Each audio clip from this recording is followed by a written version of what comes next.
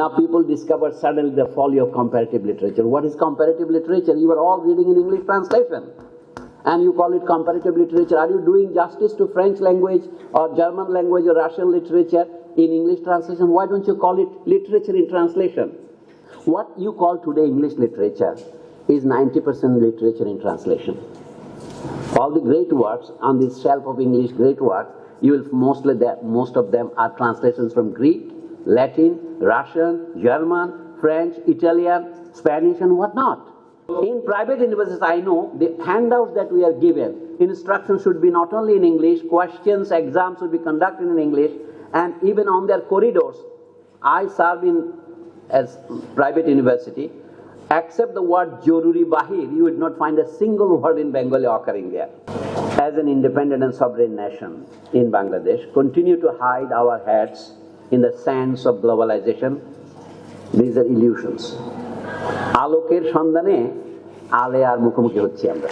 If you learn English along with your native language, it is empowerment. If you learn English to forget your national language, it is enslavement. Can you think of a professor of Italian history or culture who does not know a word of Italian? Can you? Or a professor of French history who did not have a word in French? You can imagine that. Or for that matter, a professor of Greek and Latin without Latin and Greek? Abnormal, you'd say. But the abnormal and even the ridiculous have become the norm for the largest continent in the world. What is the largest continent in the world? Larger than all Europe, the Americas and China put together. People have no idea of how large Africa is. The maps misrepresent. Surely this has to change. But how to? This is a big question I would like to think you. Is there anything to hope? In Bangladesh, for example, so what is the utility of English, studying English in Bengali? Of course, of getting a job, I would not dispute that, or even going to Americas, Australia, and other places in the world. This is all accepted because our state, surreptitiously, this is not a nation state, maybe 20% nation state. I don't have any predilection for, I would say, numerology, but let's say 50% is national, 50% international. So, is there any hope? Again, I cite Mr. Wathiongo. He says that there are some hopes. What some people are doing, some exemplary work. In Latin America, in the Caribbean, for example, a man called Çឋ°ÇェÇÇ°. I'm not familiar with his work, but here is what I can cite you. We can all explore. In the age of internet and artificial intelligence, you can anytime find out where I am plagiarizing. Here is the plagiary. Even here are some glimpses of hope. A small step, though giant in its potential, has been taken in the area of philosophy in a book called Listening to Ourselves, edited by the Canadian intellectual Çឋ°ÇェÇÇ°. C-H-I-K-E, Jeffers is ordinary English Jeffers, J-E-F-F-E-R-S, and published by the State University Press of New York. State University of New York Press. The book contains essays on philosophy in several African languages: Wolof, Dulu, Igbo, Akan, Amharic, Gigikuyu. This is Watingu's own language in Kenya. Gikiyuyu and Lu, with English translations side by side. This is something we fail to do. When Professor Muhammad Rokunuddin was issuing his invitation, someone from your own department, I would not cite his name, he is absent here, cited me, this is a colonial hangover. Because you call it a national conference, he said that, why not also the invitation letter also in the national language, side by side with English? It is only laziness, but he did not agree with. I said only laziness, he said no, it is a colonial hangover. Since this is his own department, I would not cite his name since he is a living man, though he goes to say janaza to someone dead. So this is the situation. But an African scholar is doing this in the face of those African scholars where there were only 3 hands raised for ever publishing a paper in their native language. So, with English translations, the contributors who include the late Emmanuel Eze are some of the leading African scholars in philosophy, holding professional ranks at universities inside and outside Africa. You might think that these are some madcaps who are publishing or stray papers like Zakir Naik. It's not that. As far as I know, this is the first time I have come across pieces written by modern African philosophers in African languages. In my foreword to the book, I commended Jeffers for laying to rest, quote, the questions as to whether written modern philosophy is possible in African languages, unquote. But this colonial hangover or laziness, whatever you would like to call it, continues. It hangs around. So, now there are lots of other scholars. What can we do in this situation? You know, Watingo himself was I would say notable, he has got 12 honorary doctorate degrees around the world. And at the last time, he moved from New York University to University of California at Irvine in Orange County, which is a lesser known university than New York University. He was asked, why are you moving from this university to that, from East Coast to West Coast in the US? He was in exile from his own country. He was imprisoned, you know. Petals of Blood and many other good books he has written. He said that I am moving to the center of the world. What do you mean by center of the world? He said, any place you are in is the center of the world. Because nobody can prove that it is not the center of the world. He doesn't mean the geological center, but the surface center. If you are studying topology, any place on earth can be considered as its center. So he said that any language in which you are working can be world language. And you know, there used to be a fad, a fashion, not too long ago, 50 years ago maybe, called comparative literature. Now people discover suddenly the folly of comparative literature. What is comparative literature? You are all reading in English translation. And you call it comparative literature. Are you doing justice to French language or German language or Russian literature in English translation? Why don't you call it literature in translation? Gayatri Spivak, you know, has written a very infamous article called Death of a Discipline, comparative literature. Now in the Western universities everywhere, the discipline is being renamed, called translation studies. Taking cue from that, Watingo is saying this.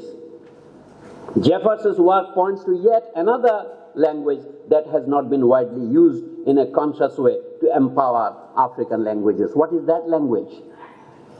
Watingo calls translation is the language of languages. So he cites an example of his own doing. Translation, I have argued in my book, something torn and new. Something torn and new. The language of languages. There is hardly any culture in the world that has not gained from translation. What you call today English literature is 90% literature in translation. All the great works on this shelf of English great works, you will most of them are translations from Greek, Latin, Russian, German, French, Italian, Spanish and whatnot. In fact, the whole Indian tradition is now being also translated back into English. And we feel proud that if one of the books of the Bengali literatures are selected for translation, Michael Madhusudan's Meghnadbodh Kabya has been translated and retranslated now. I have seen at least 3 translations into English, not to speak of other languages. When Shakuntala was first translated into English, then it was retranslated into German, and Goethe, who got the first seed idea of writing Faust, changed his idea after reading Shakuntala. And in a German translation, rather an inept translation. So translations are the seedbed of not only your literature, but also spreading the whole literature throughout the world. So there is the story. There is hardly any culture that has not gained from translation. So what is his proposition? I will finish with this. He says that translations between African languages and translation between African languages and other languages of the world would be a win-win situation for Africa and world cultures. I think this may be a point of rethinking for our English studies. The only utility of English I see beyond its communication skills and the world market, in the literary sphere, if the study of English does not enrich our own literary studies, it is totally a waste of resources. So whether English should continue in Bangladesh as a medium of instruction is another moot point. I'm talking about only the English department. The utility of English departments in our country would be measured only with respect to its possible contributions to the development of our native literatures. I do not mean only Bengali. If you take South Asia as an example, it is a veritable mosaic of languages and literatures. There is no such thing as an Indian literature. There are so many Indian literatures. And realization of this truth is far from truth today, because in India, English has a different function than in Bangladesh. They call it lingua franca function. It is only English language has made India a nation, or a possible nation. You remember, as late as 1925, Surendranath Banerjee, who died in 1925, few years ago, around 1918, published his autobiography called A Nation in the Making. A nation in making. India is still a nation in making. Ironically, it is English that has made India a nation. For example, the dispute between the Hindi-speaking regions and the Tamil-speaking regions cannot be resolved except without the intervention of English. English alone serves as the thread of keeping India united, as a fragile nation in the making. But in Bangladesh, fortunately, we do not have that problem. Our problem is our international position. So my question, my friends, we have to learn the lessons from the past. In the past, in India, English was introduced not only as a convenient mechanism. The two words used by English rulers was, one is called utility, the other was called economy. They wanted to recruit cheap clerks, officers in the lower layers of the administration, judiciary, even in the military. Some Indian soldiers and Indian workers would be there. And they could be bought at 1/30th of the price of an English soldier or an English officer. That is called the principle of economy. The other principle was utility. They thought that in the beginning, for example, in 1792, when the Charter of the East India Company was renewed, activities or entries of the missionaries were prohibited. But 20 years later, due to the relentless propaganda work of the India community in England, I would say the colonial community in India, they introduced the rule of missionaries also. Missionaries could be admitted, but they imposed a condition. In 1813, they allocated 10,000 pound sterling, which was equivalent to 1 lakh Indian rupees, to be dispensed for the purposes of education. That was the first English promotion. And those, in which sector would that money be spent? It said that this could be spent in the instruction and development of native languages, and mentioned Arabic, Sanskrit, Persian. That means East India Company were allowed to spend, said it is not obligatory but lawful to spend 10,000 pound sterling for the purpose of education. But in 10 years they could not spend 1 pound. As late as 1823, they first formed a committee called Committee for General Instruction in Calcutta. And they were allowed to spend this money now to found a Sanskrit college and an Arabic college, etc. And Arabic college was already founded under the name of Calcutta Madrasa, where Arabic, Persian and English all were taught. That was in 1780 under Warren Hastings. So the history of English educational scheme says that they gradually faced the question, what would be the medium of instruction and where would the money be spent?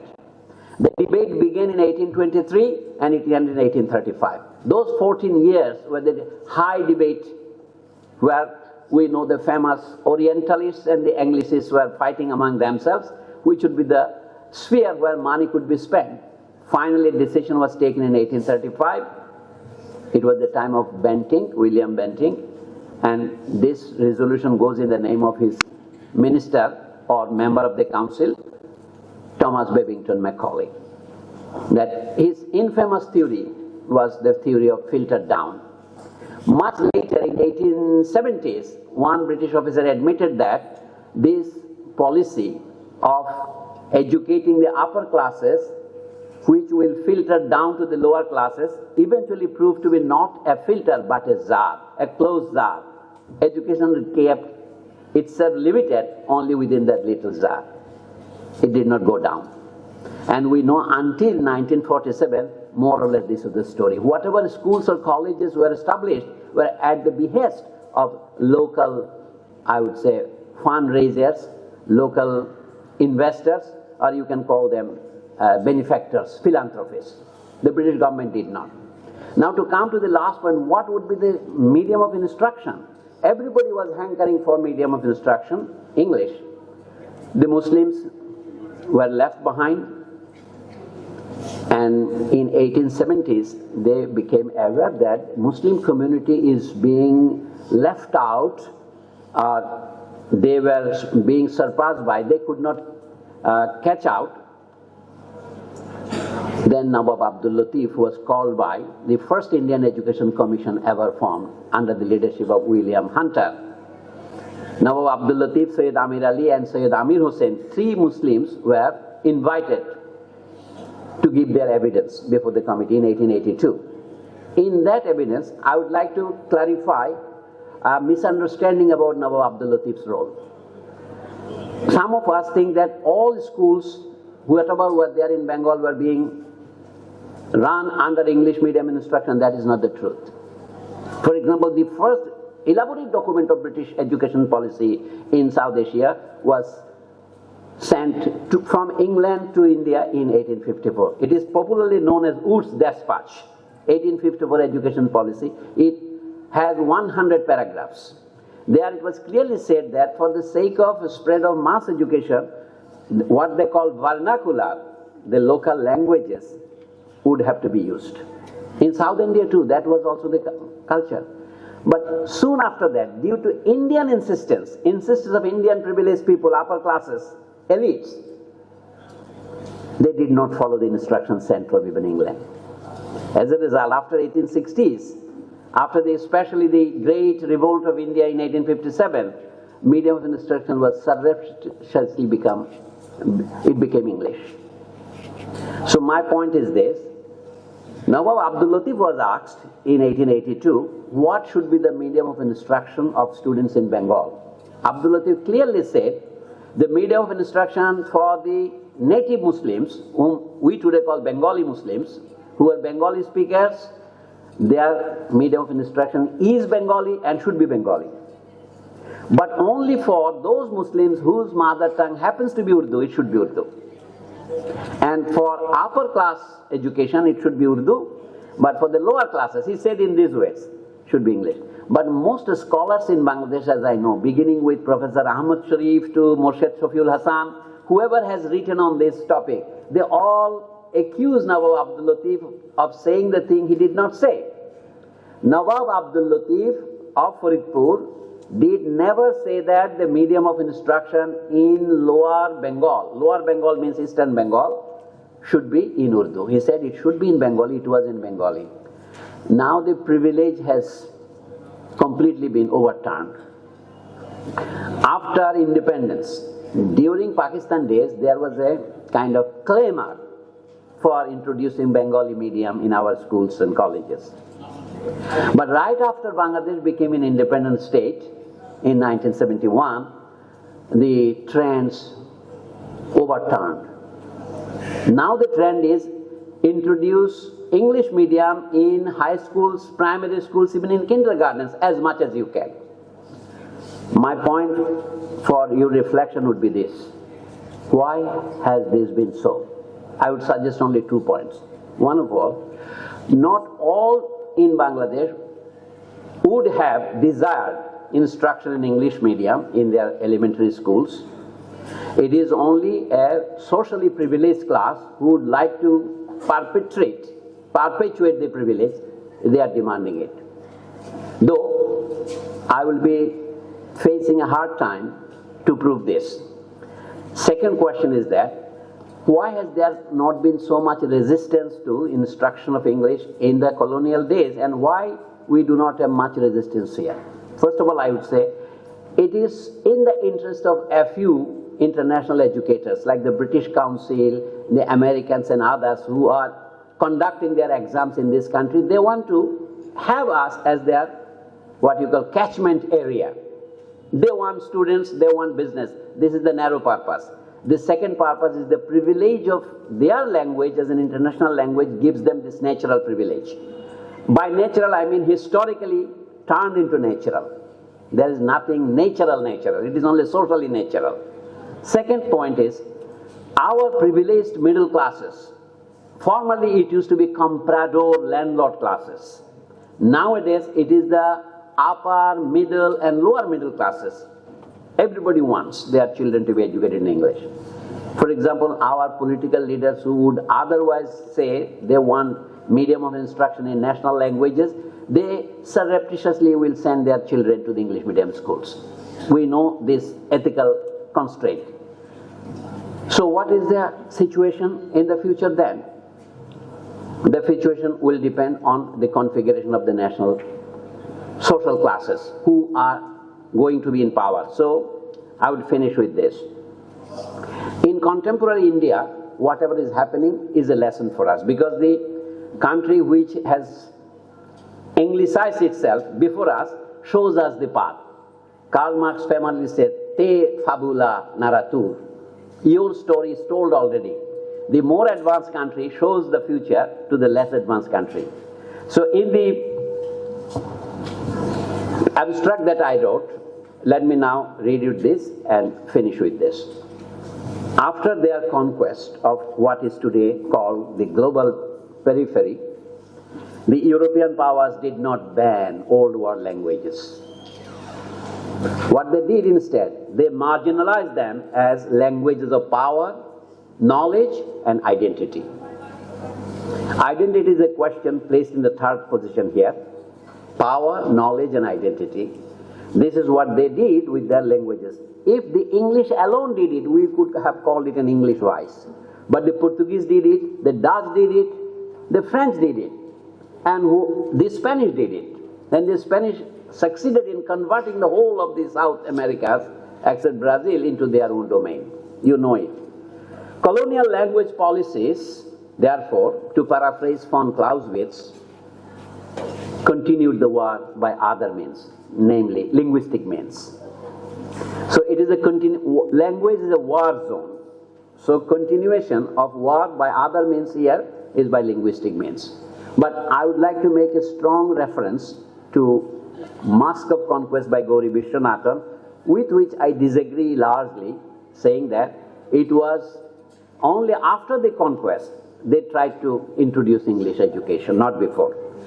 One of the long-term consequences of this war in the peripheries, and within parentheses I wrote, more so in the outliers. I do not consider Bangladesh as in the periphery. It is outside the periphery. If you consider the world as a circle, there is a center, there is something within the center, outside the center but within the periphery, that's called submargins or sub-periphery, semi-periphery. Then India is a country in the periphery.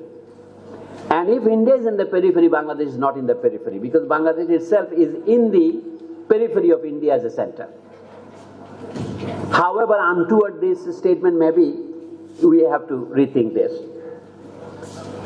So one of the long-term consequences of this war by linguistic means in the peripheries is empowerment of the educated middle classes and enslavement of the masses.